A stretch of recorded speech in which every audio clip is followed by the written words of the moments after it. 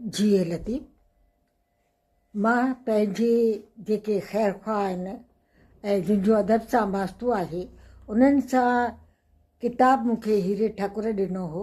मलकाणी साहिब जो सेमिनार थियो हो।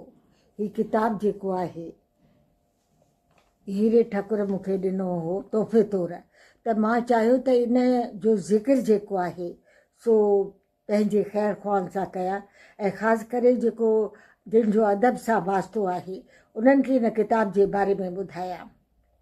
त हीउ किताबु जेको आहे NCPCL जे उन जे सहकार सां छपियल आहे। 260 पेज हिन किताब में आहिनि ऐं हीउ जेको आहे किताबु जेको आहे बरतानवी हुकूमत तरफ़ां बंदिश हेठि आंदल सिंधी साहित्य, यानी जेको साहित्य बैन कयो वियो हो उनखे खणी करे ऐं रिसर्च करे ॾाढड़ी हीरे ठाकुर जेको आहे हीउ किताबु लिखियो आहे। ऐं जीअं मूं चयो त हीउ किताबु जेको आहे उहो उन मलकाणी साहिब खे डेडिकेट कयो आहे, जेके लेखक हुआ, जर्नलिस्ट हुआ, सिंध स्टोरी जा राइटर हुआ, मेंबर पार्लियामेंट हुआ। इन खां अलावा जेको आहे सो पांडेचवरी जा गवर्नर हुआ, सिंधी दिल्ली एकेडमी जा वाइस चेयरमैन आहे, NCPCL जा वाइस चेयरमैन आहे। मुख़्तलिफ़ उहिदनि ते सिंधी जी प्रमोशन जे लाइ ऐं ॿिए तरीक़े सां इल्मु अदब जे प्रमोशन जे लाइ जेको आहे उन्हनि वॾो कमु कयो। त हीउ किताबु उनखे डेडिकेट हीरे ठाकुर कयो आहे। ॾाढड़ी हीरे ठाकुर जे बारे में तव्हां सभिनीनि खे ॼाण आहे त हुनजो वास्तो ऑल इंडिया रेडियो सां हो, न्यूज़ सर्विस डिवीज़न सां, ऐं मुंहिंजो वास्तो जेको हो सो हो पॾई नशरात सां। ऑल इंडिया रेडियो जे एक्सटर्नल सर्विस जेका डिवीज़न आहे उन जे पॾई नशरात सां मुंहिंजो वास्तो रहियो। असां ॿिन्हिनि में छिकताड़ हलंदी रहंदी हुई, पर असांजे विच में पूजा ठाकुर हूंदी हुई, संदसि शरीक हयात, उहा सुलह कराईंदी हुई। बहरहाल इहे ॻाल्हियूं त तव्हांखे ख़बर आहे त हलंदियूं रहंदियूं। किताब जो ज़िक्र कयां त किताब जो टाइटल जी आहे बरतानवी हुकूमत तरफ़ां बंदिश हेठि आंदल सिंधी साहित्य। त मां तव्हांखे ॿुधायां ईअं त हीरे ठाकुर काज़ी कादन ते बि जेको आहे रिसर्च जो कमु कयो। इन खां अलावा जेको आहे शाइरी बि लिखी ऐं काके भेरूमल ते बि लिखियो। अख़बार नवीसा संदसि वास्तो रहियो। त बरतानवी हुकूमत तरफ़ां बंदिश हेठि आंदल साहित्य ॾाढड़ी हीरे ठाकुर जे बारे में हिंद सिंध विलायत जे सिंधी ॿोलियुनि जेके चाह रखनि था, जीअं मूं शुरू में चयो त उन्हनि खे किताब जे बारे में मां मुख़्तसिर ॼाण जेका आहे अव्हां सां वंडणु चाहींदसि। हीउ किताबु जेको आहे 260 पेजनि ऐं 7 बाबनि ते मुश्तमिल आहे। इन खां अलावा जेके हिन में बाब आहिनि से आहिनि 1857 वारो बल्बो, आज़ादी जी लड़ाई ऐं सिंध, भारत में क़ौमी ऐं सभ्यतिक जागृता। चौथों बाब सिंध में समाजी तालीमी ऐं सभ्यतिक जागृता ऐं सिंध में समाज सुधार जेको ही किताब पंजो बाब आहे, ऐं समाजी बहबूदी लाइ कोशिशूं।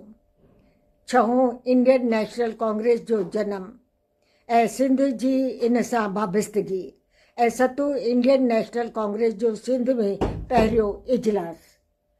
त इन्हनि ते जेको आहे बाब मुश्तमिल आहिनि। ॾाढड़ी हीरे ठाकुर मुताबिक़ लंडन जी ब्रिटिश लाइब्रेरी ऐं ब्रिटिश म्यूज़ियम मां हथु कयल बंदिश पियल 24 सिंधी देश भक्ति साहित्य वारनि किताबनि जे गहरे अभ्यास जो तयारु कयल हीउ किताबु आहे। लेखक हीरो ठाकुर दिल्ली जे आर्काइव जो बि उन ज़िक्र कयो आहे पंहिंजे किताब में। त जेका आर्काइव्स ऑफ इंडिया ॾिसण जो मौक़ो मूंखे बि मिलियो जेको आहे, जंहिंजो ज़िक्र मूं पंहिंजे सफ़रनामे में बि कयो। पखा ऐं पवार ॾिठे मूं ॾींहं थिया में, ऐं रिकॉर्ड बि पेश कयो। त उते जी गाइड जो चवणु आहे त जेका मोहन जे दड़े जी डांसिंग गर्ल आहे उहा ओरिजिनल जेका मूर्ति आहे ड्रामे जी सा जेका दिल्ली म्यूज़ियम में आहे, जनपद ते जेका आहे उहा ओरिजिनल आहे। हुते जेका आहे सा मॉडल रखियलु आहे उनजो। त रिप्लिका आहे जेका उहा जेका मोहन जे दड़े में आहे।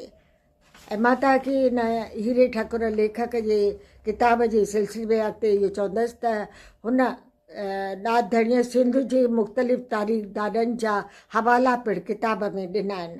बलदेव गाजरा, गंगाराम सम्राट, KR मलकाणी सिंध स्टोरी जा राइटर, अब्दुल जब्बार लिगारी, पीर पागारो ऐं उर्दू जो तबस्सुम चौधरी। काके भेरूमल जो बि किताब जेको आहे उन जो बि ज़िक्र आहे। सिंध जे हिंदुनि जी तारीख़, dictionary of Sindhi literature, doctor Motilal Jotwani उन जो बि उन्हनि हवालो ॾिनो आहे। जेके जेके उन्हनि हवाला खणी करे किताब जेको आहे पंहिंजे पूरो कयो आहे। ऐं गैर सिंधी तारीख़दाननि जे आर्काइव्स में मौजूदु रिकॉर्ड जो बि हीरे ठाकुर ज़िक्र कयो आहे। इल्मु अदब सां वास्तो रखंदड़नि खे ही किताब अगरि मौक़ो मिले त मां चाहींदसि त तव्हां ज़रूरु पढ़ंदा। हालांकि हिंद ऐं सिंध में किताबनि जी ॾे वठि जो सिलसिलो कान्हे, पर मां इहो चवंदसि त जेको आहे हिते जेके आहिनि असांजा ख़ासि करे जेके सिंधी पढ़नि था, छो जो सिंधीअ देवनागरी जो थियो आहे, हीअ किताब उन में आहे सिंधीअ में, त उहे ज़रूरु पढ़नि ऐं मालूमाती किताब आहे। जीअं त सिंधी जाती घणो तणो जेको आहे उन जो लाड़ो कारोबार तरफ़ आहे, नाणो कमाइण तरफ़ रहियो आहे। विरहाङे खां अॻु सिंध में हिंदुनि जो वॾो तबिको जेको हो, उन्हनि तारीख़, तहक़ीक़, आज़ादी जे हलचल, इल्मु अदब, सिंधी ॿोली कलम बंदि करे असल लाइ वॾो तारीख़ी रिकॉर्ड छॾे विया आहिनि। पर हाणे अफ़सोस इहो आहे त आम ताईं उहे मैसेजिस कोन था पहुचनि। किताब लाइब्रेरियुनि जे हवाले आहिनि।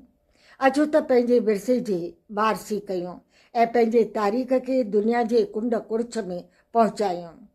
मां ॾाढणी हीरे ठाकुर खे मुबारकूं थी पेश कयां त नूर निचोए रिकॉर्ड सहेरे उन ही जेको आहे दस्तावेज़ तौरु किताब जे रूप में आंदो आहे। हिंद सिंध वारो ही किताब जेके आहिनि, मां पहिरीं बि चयो, ॾाढणी जेके आहिनि नज़र मां किताब खे कढमि त हिकु दफ़ो मां वरी हीरे ठाकुर खे वाधाई ॾींदे अव्हांखे हीअ किताब बि ॾेखारींदसि ऐं जंहिंमें हुन सॼो ज़िक्र कयो आहे। त मुंहिंजूं लेखक खे मुबारकूं ऐं मोकिलाणी नाहे सदाईं गॾु।